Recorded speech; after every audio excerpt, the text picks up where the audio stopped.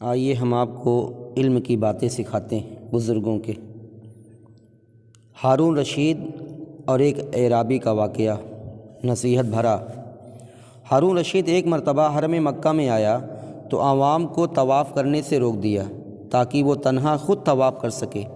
جب طواف کرنے لگا تو جھٹ ایک اعرابی نے، ایک دیہات کا رہنے والا مکہ مدینہ کا، سبقت کر کے اس کے ساتھ طواف کرنا شروع کر دیا۔ ہارون رشید کو یہ بات ناگوار گزری اور اپنے حاجب کی طرف دیکھا۔ حاجب نے اپنے بادشاہ کی مرضی پا کر اعرابی سے کہا، میاں اعرابی یہاں سے ہٹ جاؤ تاکہ امیر المومنین طواف کر سکیں۔ اعرابی نے جواب دیا، خدا کے نزدیک اس مقام میں چھوٹے بڑے، ادنا اعلیٰ، ہر امیر و غریب، رائی اور رعایا سب برابر ہیں۔ یہاں کون چھوٹا کون بڑا ہے اللہ کی بارگاہ میں؟ جاؤ، میں نہیں ہٹتا۔ ہارون رشید نے اس کی یہ گفتگو سنی تو حاجب سے کہا، اسے رہنے دو۔ اس کے بعد ہارون رشید حجر اسود کو چومنے کے لیے آگے بڑھا تو اعرابی نے سبقت کر کے حجر اسود کو پہلے چوم لیا۔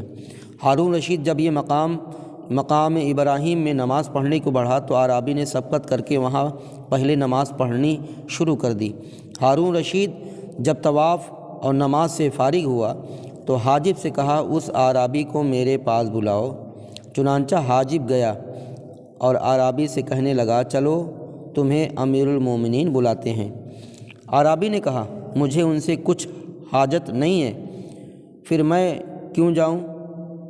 ہاں، اگر انہیں مجھ سے کوئی کام ہے تو وہ خود میرے پاس کیوں نہیں آتے؟ حاجب یہ سن کر غصہ میں آ کر واپس ہوا اور اس کا جواب ہارون رشید کو سنا دیا۔ ہارون رشید نے یہ سن کر بے شک وہ ٹھیک کہتا ہے، مجھے خود اس کے پاس چلنا چاہیے۔ چنانچہ ہارون رشید اس اعرابی کے پاس پہنچا اور اس کے سامنے کھڑا ہو کر کہا، السلام علیکم، جس کا جواب وعلیکم السلام کہہ کر اعرابی نے دیا۔ ہارون رشید نے کہا، کیوں بھائی، اجازت ہے بیٹھ جاؤں؟ اعرابی نے جواب دیا، یہ گھر نہ آپ کا ہے نہ میرا، مجھ سے اجازت کیسی، اور میں اجازت دینے والا کون ہوں؟ یہاں ہم سب برابر ہیں، آپ چاہیں تو بیٹھ جائیں، چاہیں تو واپس چلے جائیں۔ ہارون رشید اس قسم کی جرأت آمیز گفتگو کو سن کر حیران رہ گیا۔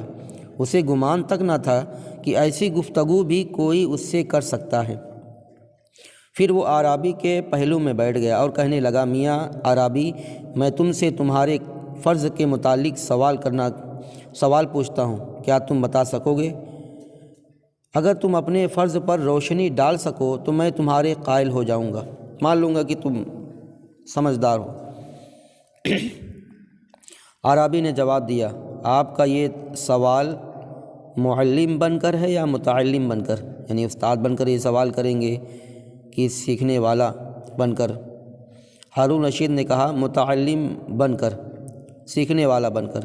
اعرابی نے کہا، پھر طالب علموں کی طرح سامنے مؤدب ہو کر بیٹھو، جیسے شاگرد استاد کے سامنے بیٹھتا ہے، اور پوچھو۔ چنانچہ ہارون رشید مؤدبانہ طریقے سے سامنے بیٹھ گیا۔ پھر فرض کے متعلق پوچھا۔ اعرابی نے جواب دیا، 1 فرض بتاؤں یا 5؟ 17 فرض بتاؤں، 34 بتاؤں یا 94؟ 40 میں سے 1 فرض کا بیان کروں یا عمر بھر میں 1 فرض کا؟